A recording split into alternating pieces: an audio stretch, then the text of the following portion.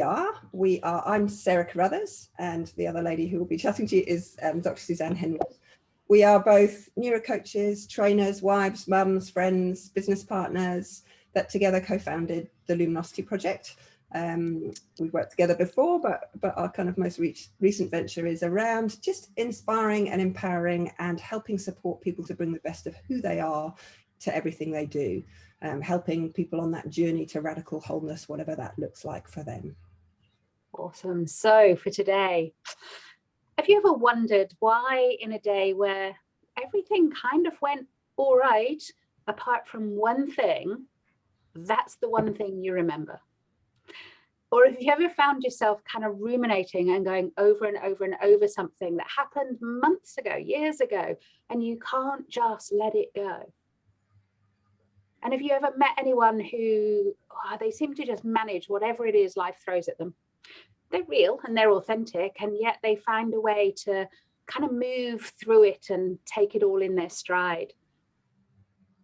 Or be honest, have you ever wondered whether gratitude practices are really worth the effort? Indeed.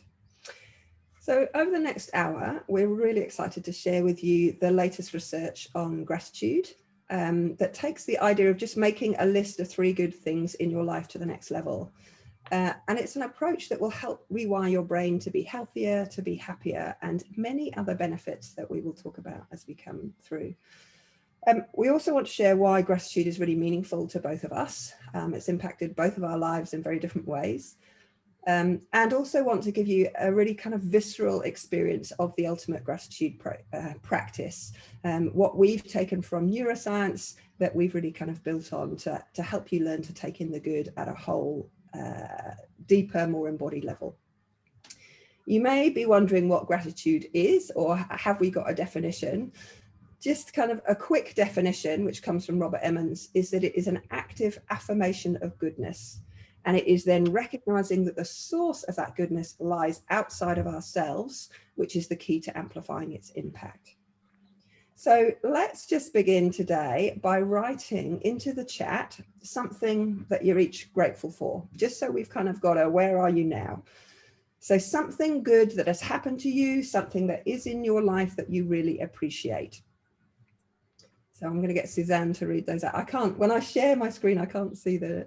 Yeah, my home, sunshine, my job, my family, my loving partner, beautiful garden, children, new house, struggling to keep up with them, children, family, work, grateful for health, lifestyle, lots of recurring ones, getting a walk in before the webinar, my sense of humor, trip away, supportive workplace, my work team, lovely to see work coming in, fogs lifted, dream job, second chance. Okay, enough. And there's more. I have a second question, which is, now on a scale of 1 to 10, how grateful do you feel? So 1 is like 0, not at all, and 10 is extremely grateful.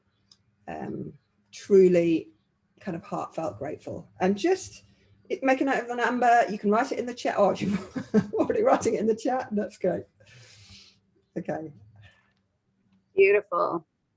So you might want to just keep a mental note of that as well, because we'll come back to it later. So we're sure that you're aware that our brains have a built-in negativity bias. Our brains are not designed to make us happy. They're designed to help us survive. And that influences how we feel, how we think, what we do, how we act. It's why most of us can recall and think about insults more than compliments, or criticism more than praise. And why we're so attentive to negative news coverage, and we think about the negative events more often and with more passion. But by focusing on what's wrong, yes, it's keeping us safe, but it can lead us to feel stressed, worried, anxious, fearful, sad, all those things that we're not too comfortable feeling and we don't want to feel too much. Even though there's lots of positive going on in our lives, it's like they just don't get airtime. In effect, it's said that the brain is like Velcro for negative experiences and Teflon for positive ones. And the good news is we can interrupt our negativity bias. Just like training our muscles in a gym, we can develop new neural pathways in the brain through something called neuroplasticity. By noticing our negativity bias and consciously taking in the good, we can literally rewire our brains. So where do we start? Well, the daily practice of gratitude is a simple and an effective way to do this. In fact, research has shown that it is the most effective way to do it. Awesome. So, as I mentioned earlier, Robert Emmons defines gratitude as a result of affirming the goodness in your life and recognizing that the sources of this goodness lies at least partially outside of you. It's also a pro-social behavior, which basically means it allows us to be more effective in our interactions with both ourselves and with others. If we look at some of the stats for gratitude, which I don't know if any of you have ever explored before, but people who are keeping gratitude journals are 25% happier, they sleep half an hour more per night, and they exercise 33% more per week. They are just kind of quite unbelievable when you look at, mostly through journaling, what gratitude can do. It can lead to increased feelings of connectedness with self and others, improved relationships, more energy, more altruistic, more productive, more resilience, as well as fewer symptoms of illnesses, including depression and anxiety. So it's a pretty impressive list of benefits, isn't it? And before we go on to the process a little bit more, we just wanted to share with you why gratitude is so important to us. How did it come on our journey, and how did we get to where we are now? July 2016. I was flying home from a conference in Wellington, and I got a call from a neighbour as I landed to say, "There's flames coming out your house, and I don't know where your family are." Physically, our family was fine, but we lost nearly everything we owned. I have to say, I need to mention Diane Santos on this call, who housed us for a couple of weeks after that event, and I will be forever grateful to Diane and her family for that. I began an embodied gratitude process inspired by a lady who was terminally ill, and I started writing a regular Phoenix gratitude diary on Facebook. Part of it was to let people know around the world, our relatives and friends, how we were progressing. But the main part was to keep me focused on the positive in the midst of all of this. I kept it going for a year until we moved back into our home, when I wrote a post to say the Phoenix had flown and was free again. For me, it was a great convincer, on top of that science that you've just seen, of how gratitude can help us bounce back and deal with real adversity in a way, if I'm honest, I would not have believed would have been possible if I hadn't lived through it. So my story, so I've been recommending gratitude to my clients for a long time, but really kind of tested me in May 21. So last year, my husband Rob was diagnosed with lung cancer. A few months later, it spread to his brain. We've had 2 brain tumours, and then to his back to L1. So far, we have completed 35 days of radiotherapy, 4 rounds of chemotherapy, 2 brain surgeries, targeted therapy, an assortment of other treatments for multiple infections. And we've just had a terminal diagnosis of something called LMD, which means the cancer is now in the fluid around his brain and his spine. And throughout these challenges, throughout these trials, we've had to continually readjust and find a new normal as a family. We have 2 little girls who are 4 and 7. And life has been around being flexible, doing less, finding something positive in even the worst of days when we're going through treatment, being really grateful for little things, for small victories, for flat whites, for sharing moments together, for conversations, for humor, and appreciating what time we do have left together as a family. And the daily practice of gratitude alongside our faith has really helped us bring hope and ability to cope with our situation. Now, neither of us are suggesting that you try and ignore or deny suffering, pain, or negativity. That is not what we're saying about our journeys. This isn't a superficial form of toxic positivity, some sort of platitude.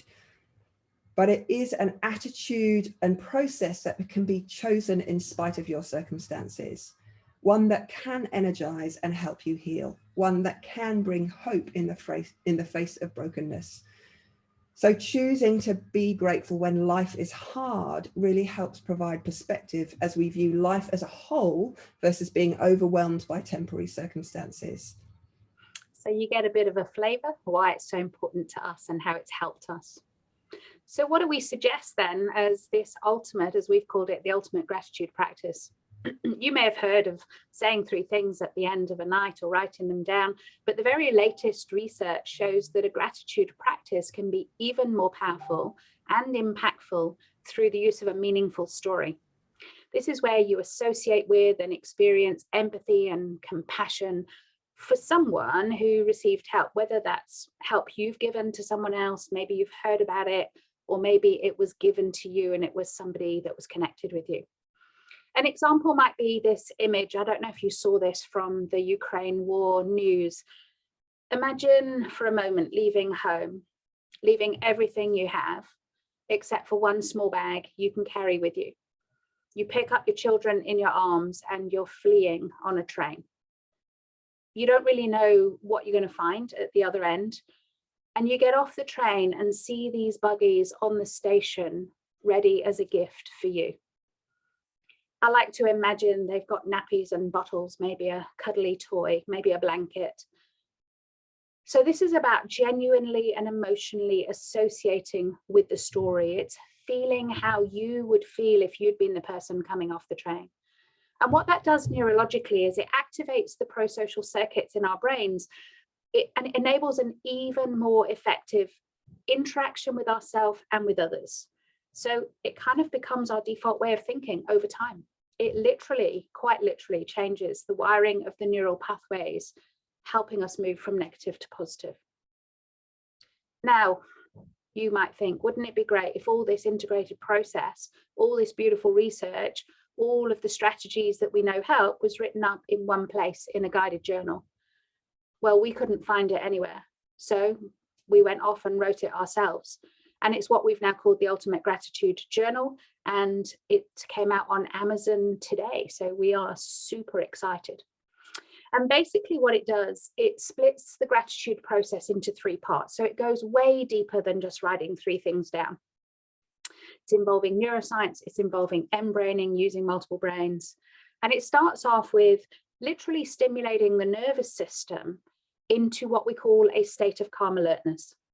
And this has been shown through positron emission tomography that it really enhances the process, the whole addition of stillness into that day alongside gratitude helps us to release all those beautiful feel-good chemicals, your dopamine and your serotonin and your oxytocin.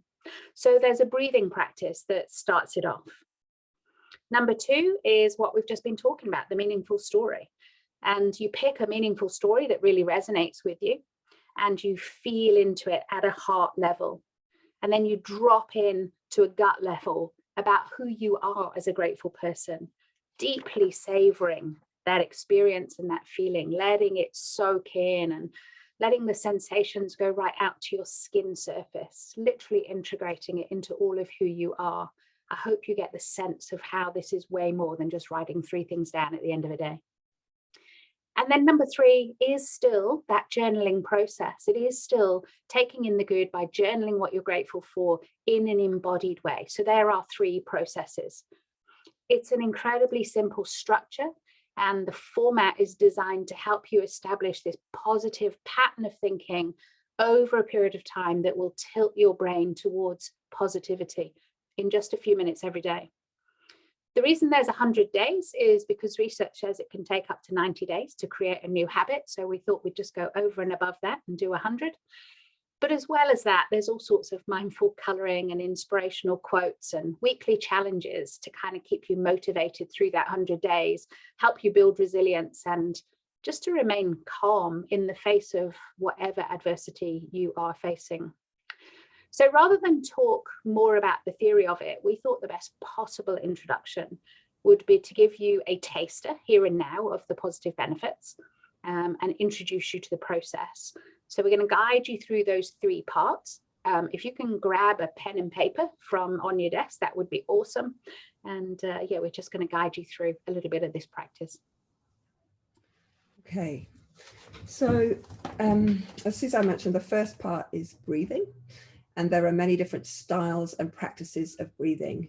The one we've chosen here is something called balanced or coherent breathing, because it stimulates the autonomic system into a state of calm alertness, helping us to be really present and to get our bodies in the best state for enabling kind of the most potent gratitude practice.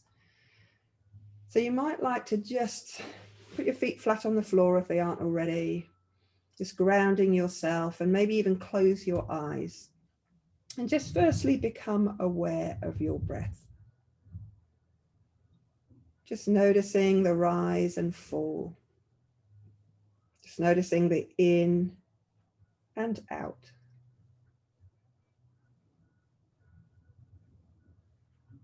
And I don't know whether you can begin to bring your breathing into an easy and even rhythm. So breathing from the belly, but just maybe 6 seconds in and 6 seconds out, or 5 in, 5 out, whatever count feels right for you. Just that in and out breath being same amount of time. And the goal here isn't to force it or to push it, it's just to breathe fully and evenly using the belly. So as you breathe in, the belly expands. And as you breathe out, the belly contracts, a bit like a balloon expanding and contracting. And just gently allowing that deep, even, gentle rhythm just to bring you into a space of calm alertness. If there's a lot of self-talk, you can also just put your tongue up onto the kind of roof of your mouth just to sort of quieten things down, if that helps. So if you're doing this practice on a daily basis, you would continue to breathe in this way, in this balanced way, fully and evenly, and you would reread and reflect on your chosen meaningful story. So what we're going to do today to make it easier for all of us working together as a group is to read a story from the journal, and we will all work from that just for now, if that's okay. So this is on page 25, and it's called Random Acts of Kindness. So just listening, again, if you want to keep your eyes closed, you're most welcome. One Friday afternoon, Rachel, a working mum of 2, got a call to say her husband Doug had been taken to hospital following a heart attack. She desperately wanted to be by his side, but her kids needed to be picked up from school, and as they just moved area, she didn't know who to ask. She decided to take a risk, and she rang a lady she had recently met at the school gate, Diane, who had welcomed her a few weeks before. Diane dropped everything and immediately went to pick up the kids. Diane reassured the kids. She drove them back to her house, gave them dinner and a bath, and made up the spare beds so they could stay over. When Rachel arrived at the hospital, she discovered Doug required surgery and would be in hospital for at least a week. People she hardly knew rallied around her, organising school drop-offs, pickups, school lunches, dinners, lifts to hospital, picking up Doug's car from work, cutting her lawn, doing her laundry. This enabled Rachel to spend time with Doug in hospital. And once he was home, it supported them as a family. Throughout the 3 months it took Doug to fully recover, Rachel felt comforted, held, and loved. She was amazed at how helpful people were, easing her stress and protecting her children. She didn't know how she could have got through those weeks on her own, and knew that she would never be able to return the favor to so many kind people. So what we want you to do now with a pen and paper is just to jot down the main points of note in this story. Just jotting down, what was the struggle?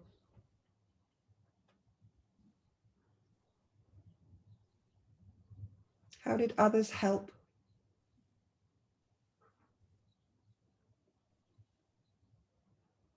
It's just bullet points, not an essay. What was the emotional impact of the story on you?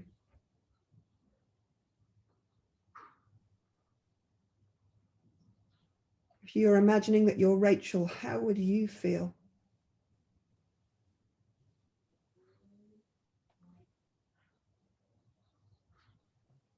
Or maybe you might like to imagine you were one of the people who helped without expecting anything in return. What did you experience?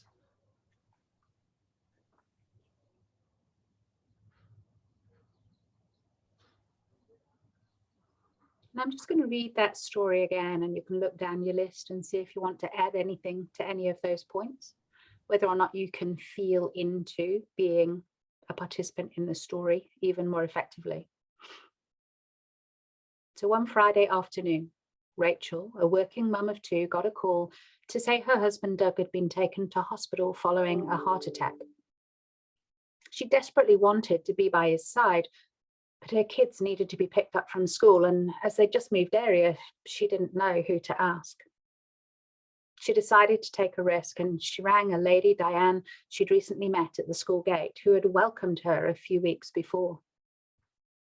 Diane dropped everything and immediately went to pick up the kids. She reassured the kids, drove them back to her house, gave them dinner and a bath, and made up the spare beds so they could stay over. When Rachel arrived at the hospital, she discovered Doug required surgery and he'd be in hospital for at least a week.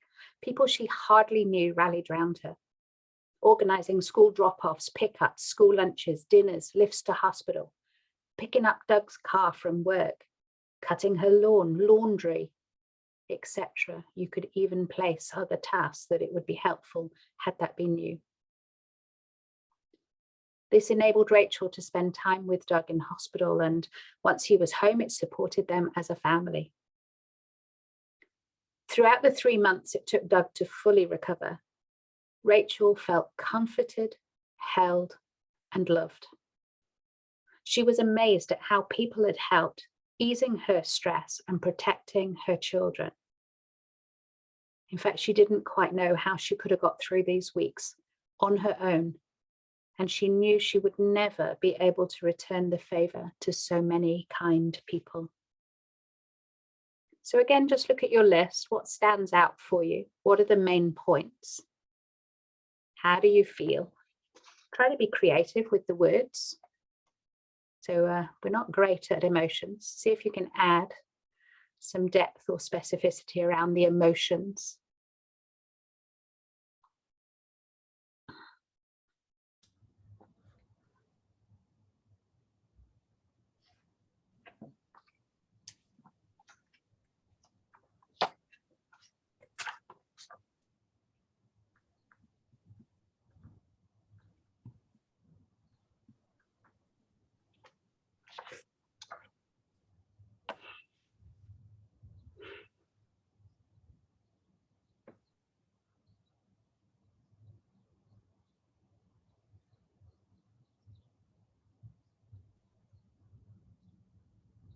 Just give you 30 seconds or so more.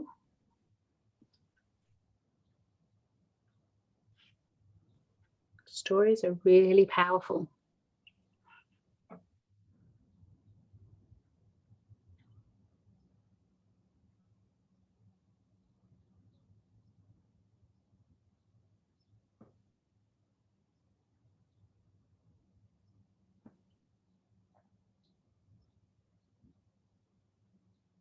Okay. So this is just a practice, doesn't need to be perfect. This is something you would refine over time. So what we've done now is just the head part of the process, the story that you can think about, make meaning from, and even perceive different perspectives about. So what we're going to do now is take this meaningful story deeper as you continue to breathe fully and evenly from the belly. So that in and out breath, if you can, same amount of time in as it is out, but just let go of the number, just kind of trust that that breathing will continue to be even and from the belly. Beautiful. So we're going to start with you just creating a little visualization, an image or a video of the story. Maybe it's of Rachel, maybe it's of Doug, maybe it's of the helpers, but create a little image of what stood out for you. And as you do, you can put some little words at the bottom of those images for the key words or the sounds that you associate with it, and really feel into the sensations. So this is taking it beyond just a head story, beyond just words, into something you can fully associate with. And we want you just to really tune into the most resonant parts of the story and the experiences around it so that you can feel it in your body. If we were sat with you one-on-one, you could tell us where you feel it and what it feels like.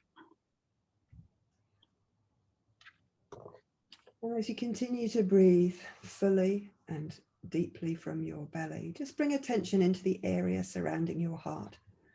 You might like to place the palm of your right hand over your heart. And if you want, with eyes closed, if that helps, or eyes just kind of gaze lowered, just beginning to amplify the feelings of gratitude associated with this experience and with overcoming the struggle. And feel into, what do you desire? What is important for you here?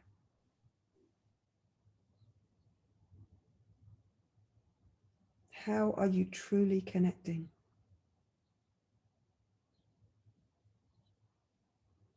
So if there are colors or images or shapes, make them brighter, more vivid, as if you've got a volume control and you can turn up the brightness. And if there are sounds, make them louder. And if there's movement, increasing it, texture, magnifying it until it feels just perfectly right for you.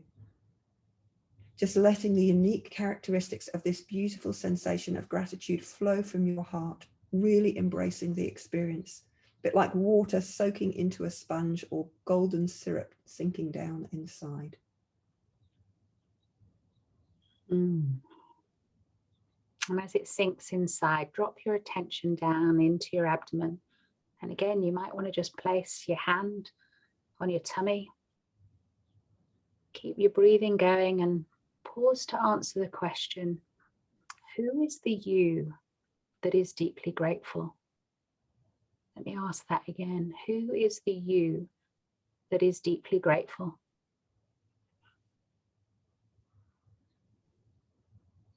And just take a moment to bring that gratitude you're feeling into that part of you, to deeply, deeply savor it, to be moved by it, so that you deeply identify with it, maybe even taste it.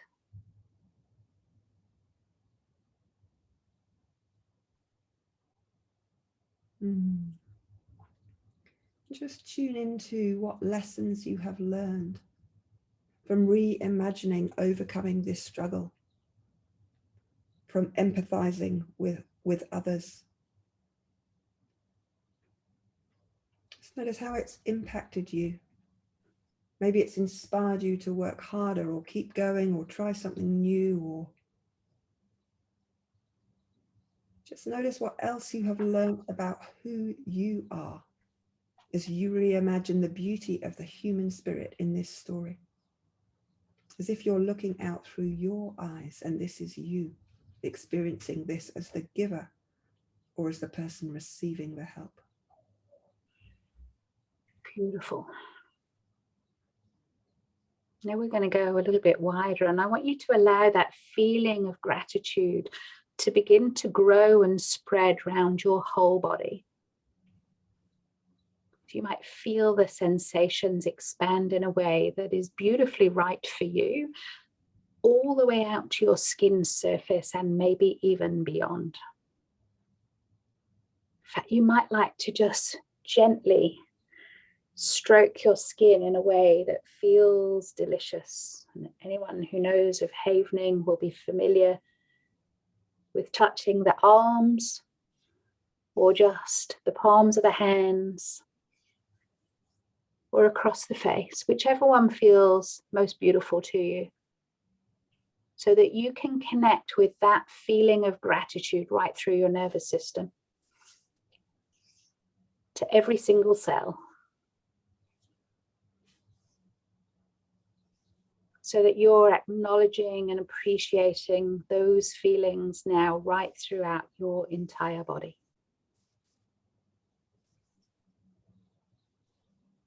Beautiful. And then lastly, just moving your attention back to your heart once more, bringing with it all of the awareness that you've perceived. And as you do this, just really truly appreciate whatever it was you are grateful for in an even deeper way. And perhaps just asking yourself, what is new and different now? What is new and different now?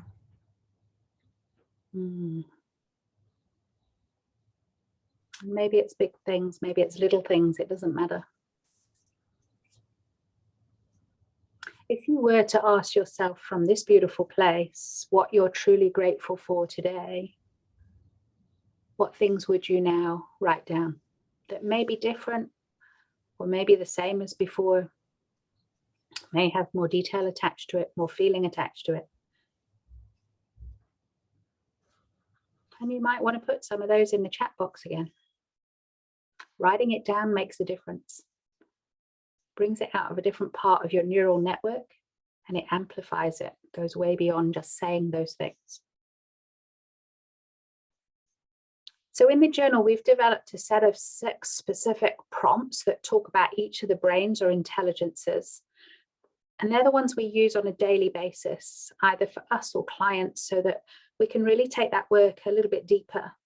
Now, we haven't got time to go into all of that today, but we do have another workshop on the 21st of September with Grow, where we've got more space to explore into that. So if you'd love to know more, then we'd love to have you on that workshop with us. So we just like, you remember that scale that we had at the beginning, where we asked you on a scale of 0 to 10, where you were not grateful at all at 1 and extremely grateful at 10. Just note the number now and how that compares to the practice we did at the start.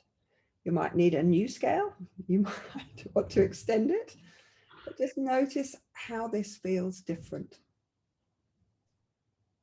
Just notice how it compares. And if you're willing, we would love you to share a comment in the chat, re what you noticed about this process versus the one we did at the beginning.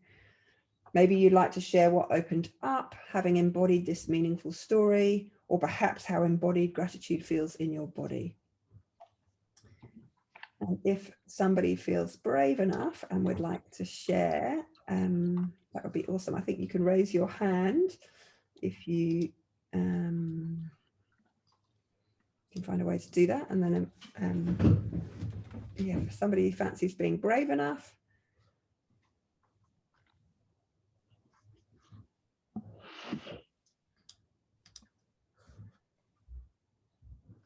Lovely comments coming in. Feeling more humble, feeling warm and calm, calmer after a stressful morning.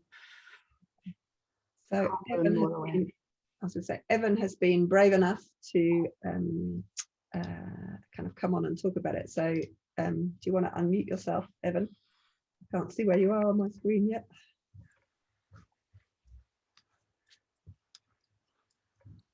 Aha. Hello, Evan. Hi there. I just thought I'd jump in with a really short one, and that was sort of the difference between at the beginning feeling grateful for things and events, but through the sort of reimagining of the story, the gratitude sort of shifts to more relational gratitude, if you like. Yeah, of people and attitudes, that kind of thing. So yeah, sort of shifted from things to people, I found. And what happened physiologically within your body? Did you notice a difference from doing things to people and that relational perspective? Yeah, I think it shifted from, as you said at the start, the sort of head, just acknowledgement of things you can identify, and just sort of a more, yeah, inner warmth and appreciation of that, the relational good things that come our way. Yeah. Awesome. Thank you, Evan. We've probably got time for one more. I think I saw Megan or Megan. I apologize if I pronounce it wrong, if you wanted to. No, either works. I'm incredibly grateful because we've discovered a thing that helps our youngest daughter, who has a difficulty transitioning from weekends to weekdays. She is autistic and non-verbal and the like. And we've discovered that if we start her with a swimming lesson on Monday mornings, that fulfills a need that she has, and she can proceed with her week and go to school and be happy and just smile. And while listening to what you're saying, it occurred to me, her sister is at home today, and she knows that, our eldest is at home, but she was happy enough to still go to school when we dropped her off after the swim lesson. And why I mention that story is straight out, I'm grateful because it's been a process, but it occurred to me the positive impact it had on her sister as well. Seeing her younger sister not so stressed and that type of thing, but also allow the change in her brain thinking and her calmness had allowed our eldest one to stay home with her sore throat, but her younger sister can continue with her day. And yeah, it's a fantastic situation for all of them. Awesome. So Megan is already kind of applying this to kind of her life and her own story. So we kind of in the book, we give some examples, and we just read one of those, but ultimately, if you want to find your own story that is going to be, as effective, if not more effective, it's something that you kind of really, that really resonates, that really, kind of feels exactly right for you. My story is around all of the friends who have helped us over the last 15 months, looking after my children as I've traveled to Auckland for, kind of cancer treatment. The people who have, made us meals, who have, kind of done all of those things, the humor, they've sat with us, they've cried with us, they've listened, all of that sort of stuff. And for me, that is the most powerful story. If you're a Christian, you might use the story of Jesus dying on the cross as kind of the ultimate gratitude story. You might have one around a bit like those kind of people on the Ukrainian refugees that kind of just really resonates for you, that is really going to help support you in being able to feel into and experience that each time. And you would make bullet points and you use the same story every single time, just to be clear on that. Fabulous. We probably have got time for one more if someone else wants to share how it felt using the ultimate gratitude process, what you noticed in your body, how it might have felt different to just writing 3 things on a sheet of paper.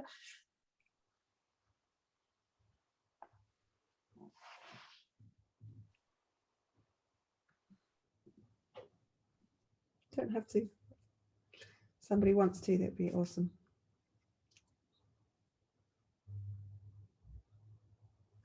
Some lovely comments coming out. For me, it felt more physical and all-encompassing rather than at the surface. That's a really lovely descriptor. Okay, Nicole has been brave. Go on, Nicole. Hello, ladies. Hello.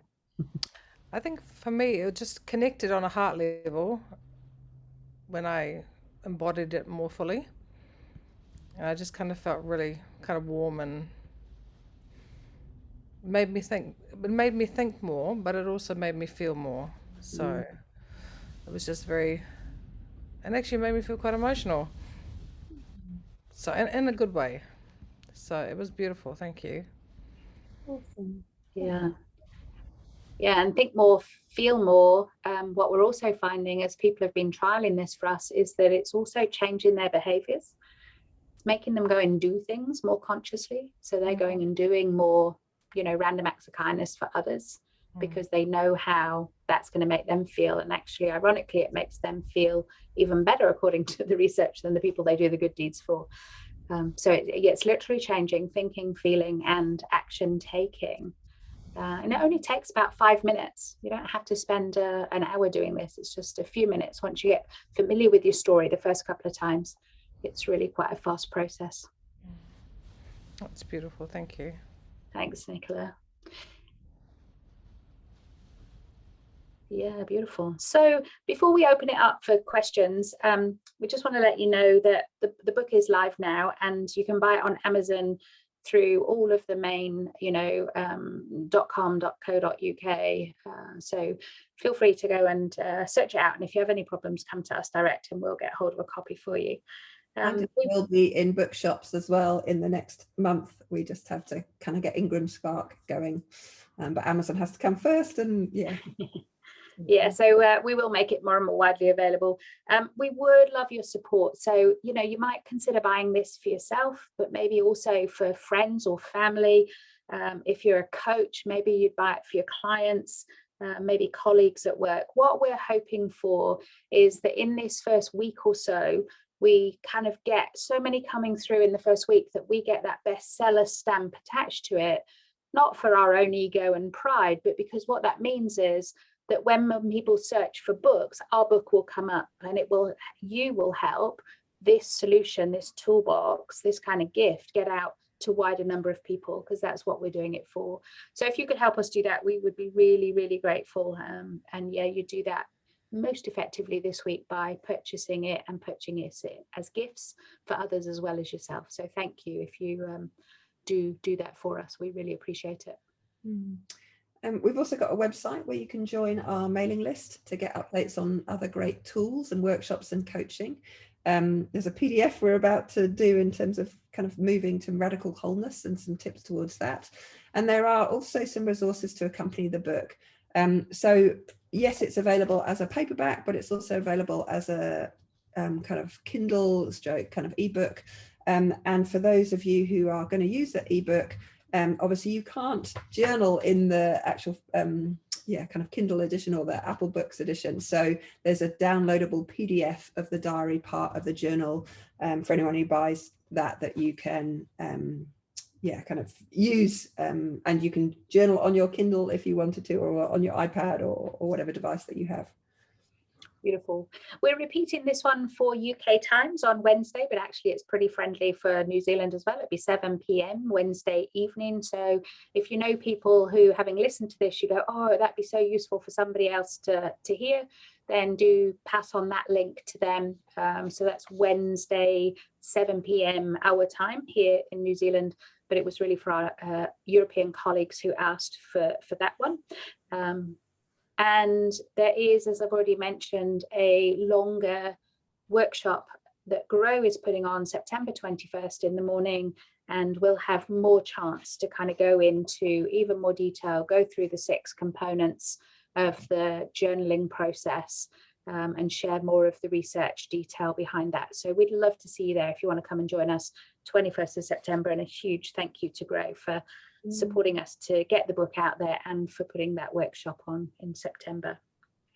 We're also running 100 days of gratitude, bit of fun on Facebook. So if you like those challenges and you want to do 100 days of gratitude with other people and share that experience, come and find us on the Luminosity Project Facebook page. And we'll be doing that next month, just after the gratitude journal has got out there, hopefully into several pairs of hands. And you don't have to buy the book to join that Facebook challenge. You are most welcome. If kind of that doesn't kind of suit. The other thing that's worth saying is that if anything has triggered for you, or you're kind of wondering about kind of things, you're welcome to talk to us about that, about coaching, training, all things gratitude.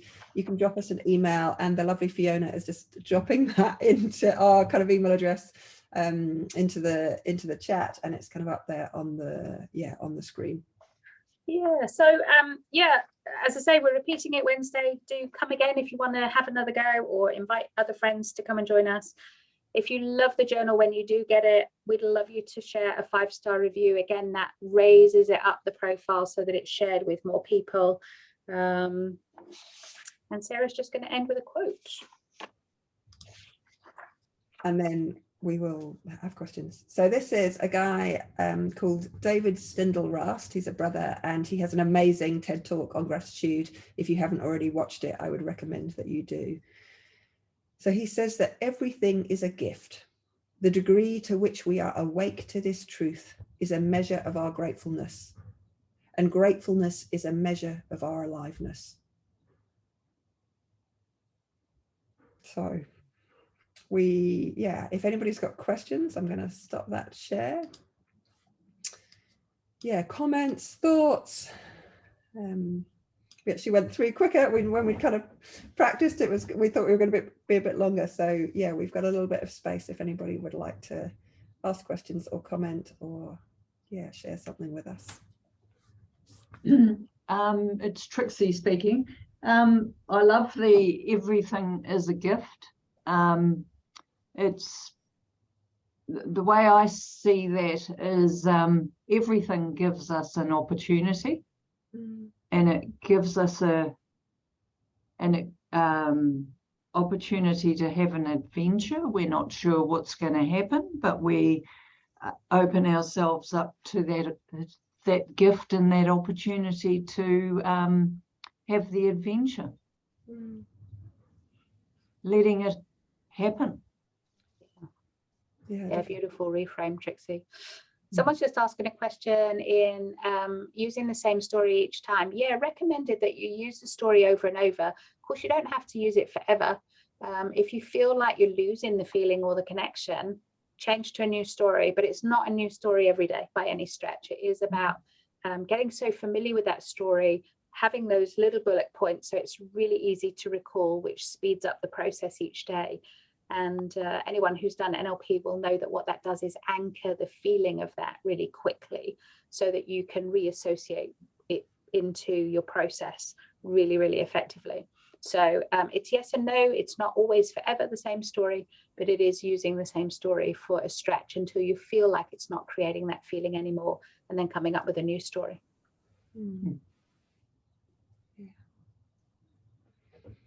I was just going to say, Trixie, that the research around seeing life as a gift is also kind of really key in that kind of gratitude thing, rather than, oh, just something that I'm grateful for and thanks very much. That's, that's nice.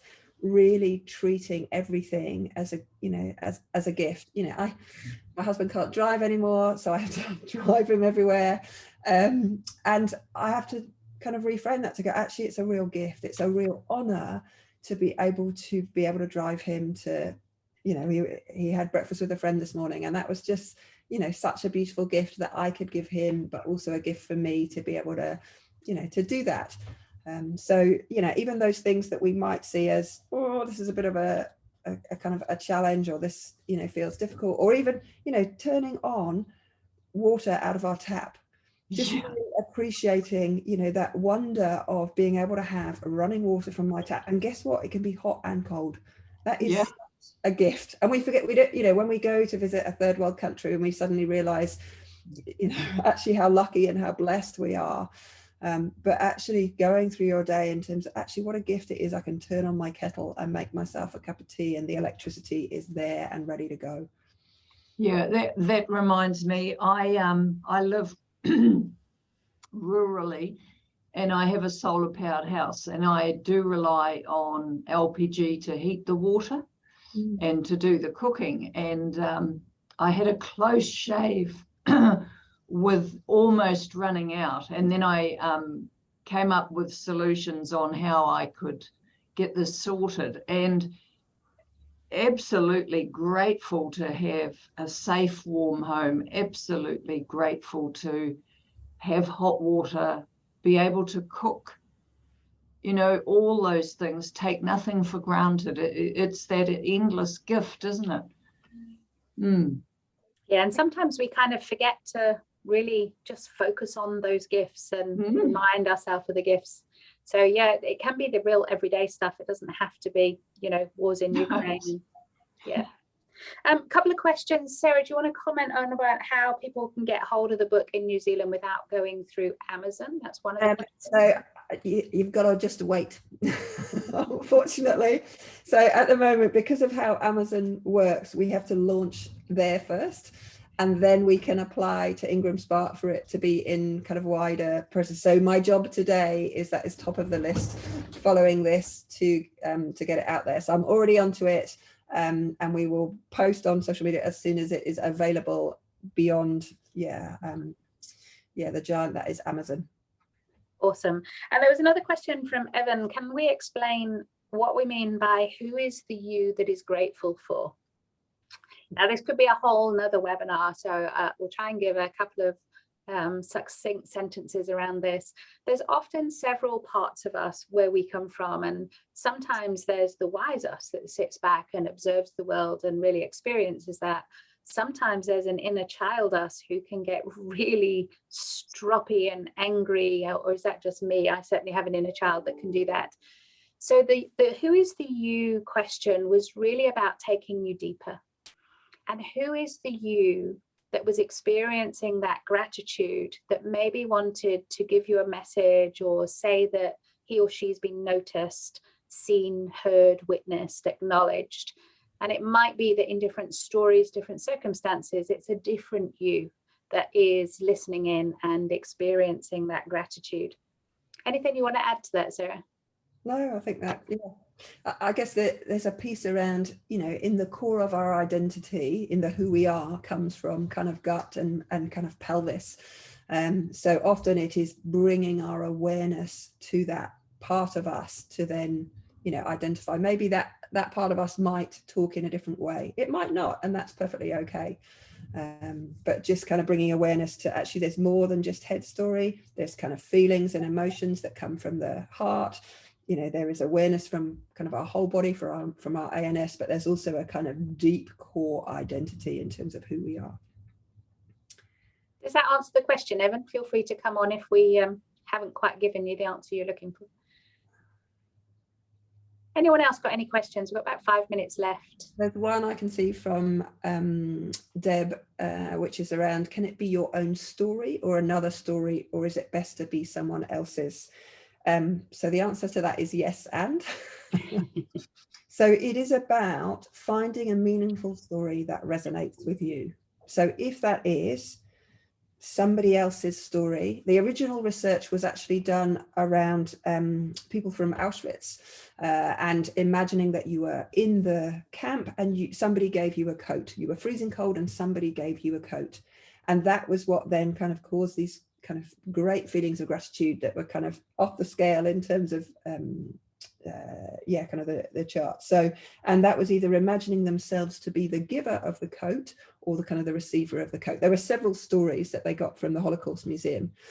So if that type of story is one that really makes your heart sing, that just really resonates with you and feel it kind of flowing with gratitude, and that you can kind of see it through your own eyes, imagining yourself to be that person or that person kind of gifting that thing, then use that. If it is a story about somebody who has helped you, you got a flat tire and you couldn't change it by yourself, and some amazing person stopped and helped you to change that, and you can again kind of really embody that, then use that. We've put in some story examples in the book, but kind of you can use one from a film, from a movie. You can imagine yourself having somebody like Yoda help you, kind of give you that wisdom, give you that kind of understanding, or whatever it is, whatever story that you want to use is kind of all good, because our brains and our bodies can't tell the difference between what is real and what is imagined. The key is to find one that is emotionally resonant and really meaningful, and then you use it again and again, and as Suzanne said, it becomes an anchor because you use it each time. So you've got your little bullet points that you just have to look at, and vroom, the kind of the feelings, the associations, the sensations, the colors, the images, the movies, the sounds, all of that is kind of brought back as soon as you kind of do that story. And my practice has, I can get there in about 2 or 3 minutes now. I don't need a full 5 minutes, which is what I was kind of doing before. The bit that takes the time for me now is the writing it down, is the journaling around, kind of the things that are gifts in my life that day. Beautiful. Hopefully that's answered for you, Cara. So thank you for all your lovely comments in the comments and chat box. Just makes our heart kind of feel really warm and fuzzy, because we've done this because we found it so impactful in our own lives. We wanted to give that tool out to others, and give them that help when they might be going through difficulties.